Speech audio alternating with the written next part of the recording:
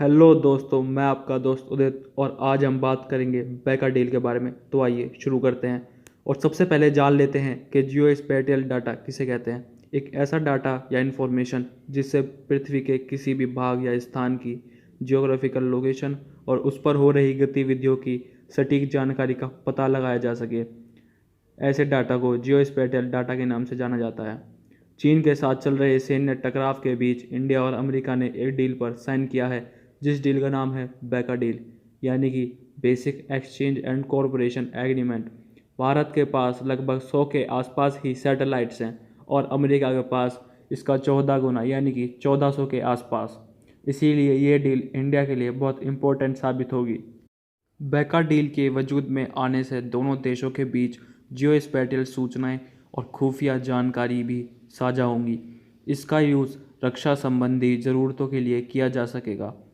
इन सूचनाओं के ज़रिए भारत अपने दुश्मनों पर किसी भी नुकसान से पहले ही लगाम कस सकेगा और फायर किए गए मिसाइल भी बहुत सटीक होंगे। इससे मिली सूचनाओं के ज़रिए किसी स्थान पर सैन्य जमावड़ा, हथियारों की तैनाती और कई तरह के मौसमी बदलावों का भी पता लगाया जा सकेगा। इस सूचना के ज़रिए भारत अपने आसपास दुश्मन की किसी भी सैन्य तैयारियों का पता लगा सकता है। इस डील द्वारा भारत को अमेरिका से डाटा के अलावा खुफिया जानकारी, खुफिया तस्वीरें और उनका पूरा विश्लेषण आसानी से मिल सकेगा। 27 अक्टूबर को नई दिल्ली में अमेरिका और भारत के विदेश तथा रक्षा मंत्रियों द्वारा बैका डील पर हस्ताक्षर किए गए। और ऐसे समय में जब पाकिस्तान और चीन से भारत का तनाव बढ़ता जा रहा है, बैका डील भारत के लिए पाकिस्तान और चीन की साजिशों को नाकाम करने में बहुत सहायक साबित होगी।